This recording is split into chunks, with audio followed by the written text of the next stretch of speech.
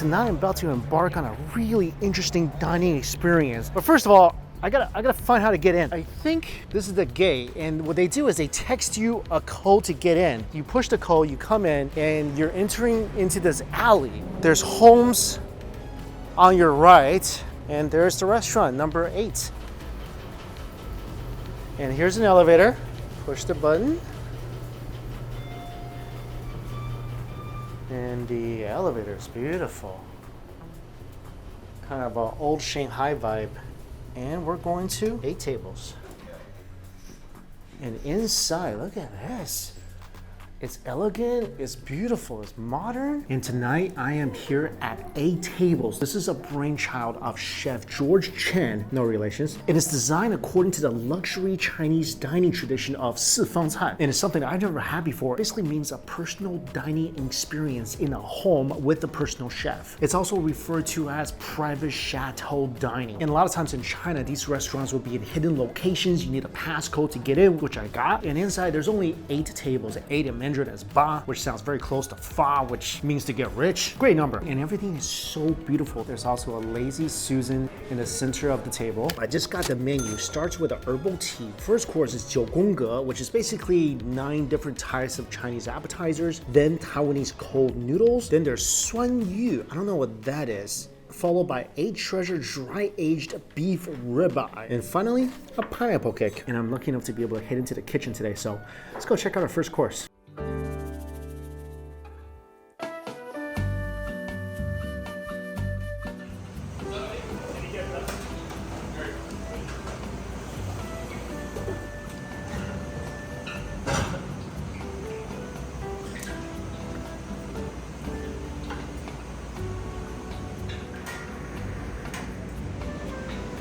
First dish, 九宫格. This is really, really beautiful. Little appetizers plated on 9 different beautifully designed little plates. It goes in order of flavor. So first one is a jujube with mochi inside, which is sweet. Second one, fried taro, which is supposed to be salty. The third one is pickled asparagus for sour. Stuffed bitter melon with fermented bean paste on top for bitterness. In the middle is beef tartare with Sichuan peppercorn for numbing. Next, a tofu pocket for spicy. Next, I think it's a fried congee for fragrance. Then for fresh oyster with cucumber jelly. Finally, a little crispy pocket with caviar on top and salted egg for umami, maybe?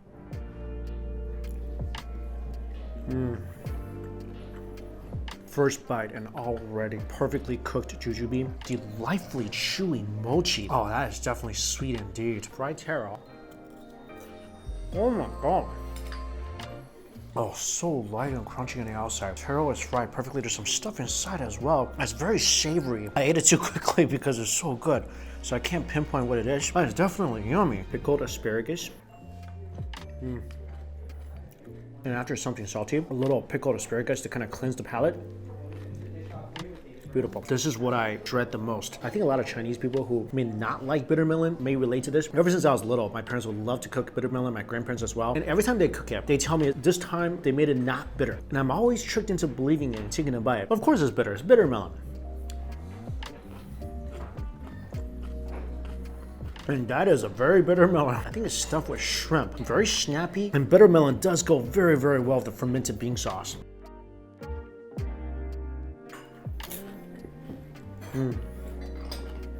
So that is beef tartare on a tendon chip. I never had a tendon chip before. Very gelatinous and nice. Next is the stuffed pouch with bean curds, eggplants, and chilies inside. I love that. I love eggplant. I love bean curds. I love that chili sauce. That wasn't just spicy. That was super earthy and rustic as well. I'm gonna take a sip of tea. And this tea was just meticulously made. Oh, that's so fragrant. It's like walking through a field of flowers. Oh, tea is so good. This is really interesting. It's a tempura congee. So light and savory congee on the inside. And true to its purpose, that is very, very fragrant. Next, the oyster with a cucumber jelly on top. Oh, wow. As soon as that goes into your mouth, the word that pops up in your brain is definitely fresh. Fresh, not fishy whatsoever. Finally, the smoky element. Little sesame puff with salted egg jam and caviar on top.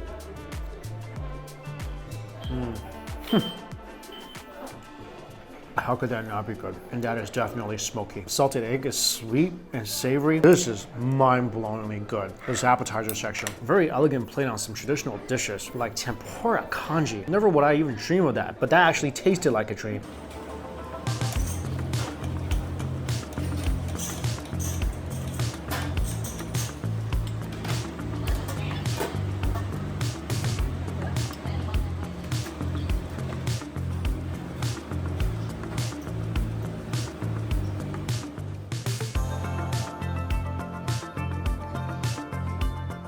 Next dish, Taiwanese cold noodles with fresh soy milk, Chinese herbs, and sesame. And you take this and you swirl it around the sauce, they said.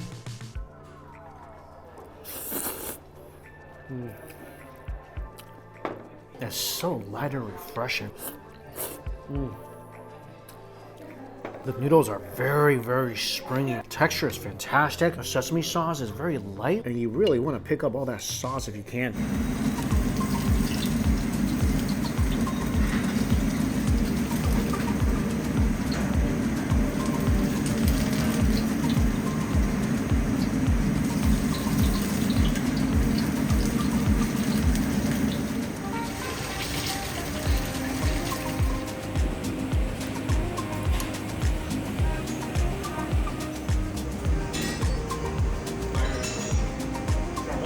Next dish is a fish dish. It's not on the menu. They did say there's gonna be a couple additional dishes tonight. This is a madai, or Japanese red snapper, and it's cooked via hot oil pour over. So the scales are fried into this beautiful pattern. This is gonna taste like a little fishy chip.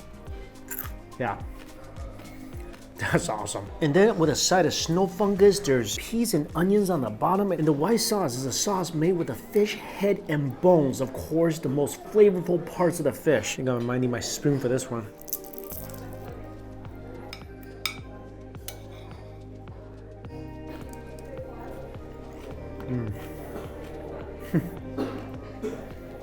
That is outstanding. First of all, the fish is cooked so well, wonderfully tender and flaky. And the scales on top just adds a ridiculously crunchy and airy texture. White fungus is one of my favorite things. This stuff is so snappy and crunchy.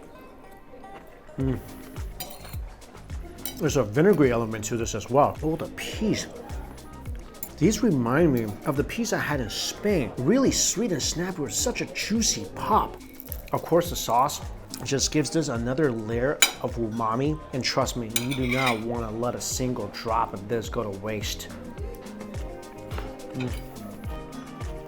This dish is outstanding. My favorite dish tonight.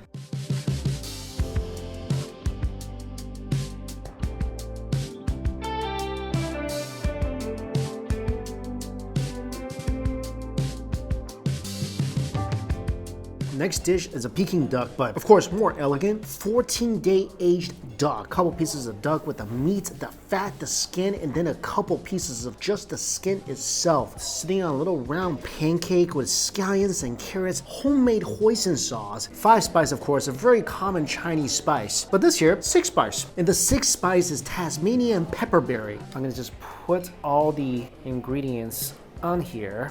Add my 6 spice, make a little taco out of it.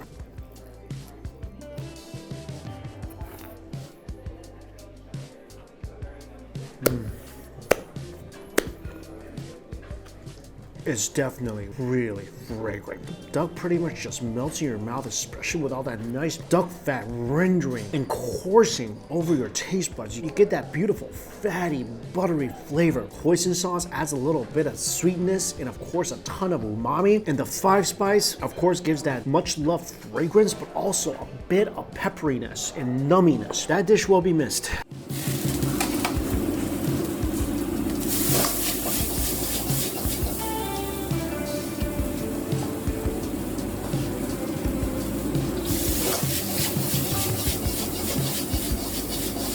We have a forager who goes out and picks them and brings them to us in by the pound. They're native to California, and they're really tender only this time of year.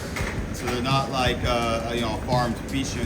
That's what makes them so unique, and they're really tasty. Interesting. Yeah, so we're like the only people I've ever seen.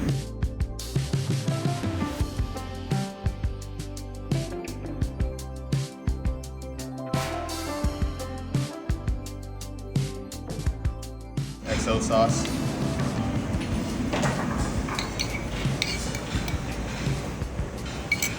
Next and final savory dish, grass-fed beef with barley sauce. And this is really cool. These are pea shoots that are harvested from the wild. They were harvested from Half Moon Bay. Also, morel mushrooms stuffed with a beef sausage, rice with a house-made XO sauce on top. Oh, that beef is so good. That sauce is incredibly fragrant and earthy.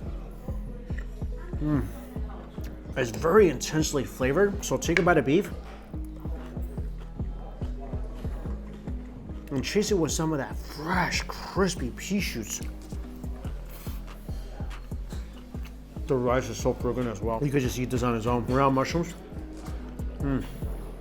One of my favorite mushrooms in the world. So many elements to this dish, and it goes together amazingly well. The Chinese steamed rice cake. So we are actually going a bit contemporary with it. We're putting a little bit of strawberry and condensed milk cream in there. I have some diced strawberries that are gonna go in there. Traditionally, the dip isn't really filled, but we decided to take advantage of it and put some filling in there. It's the same cream that I filled inside. Just piping or border around.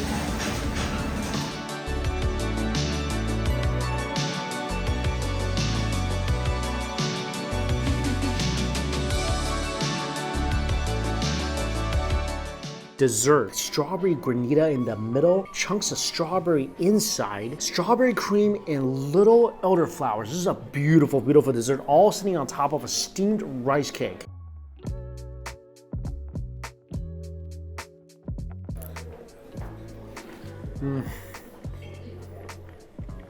This thing looks beautiful, tastes even better. Chewy rice cake, strawberry cream, little bits of strawberry in here as well, along with some of that icy granita to kind of tie everything together. That is a deliciously satisfying dessert. Last course here, this is their take on pineapple cake. Pineapple cake on the bottom. On top of that is pineapple compote, coconut cream, and oolong ice cream. This thing is pineapple-y, it's coconutty. A little crunch from the cacao on top. It was like dipping a pineapple cake into a coconutty cloud. Oh, the oolong ice cream is delicious as well. Perfect final dish for a glorious meal. Because there's only 8 tables, you get a lot of privacy. Each course is a blend of classic traditional dishes with innovative fusion ideas. And the whole aspect of it, again, is fun. You come in through an alley, you get your own cold. There's a bit of mystique with this place as well. If you are ever in San Francisco, definitely check this place out. And of course, as always, the information for this place is listed down below as well. Thank you all so much for watching. Until we eat again, see you later. 10 seconds later. I'll also give you a goodie bag to go. Duck fat popcorn, some herbal tea, and some mini little desserts. This is a little pavlova. Oh, that tastes as good as it looks. And then a little truffle. Can't wait to go home and try the duck fat popcorn. Good night.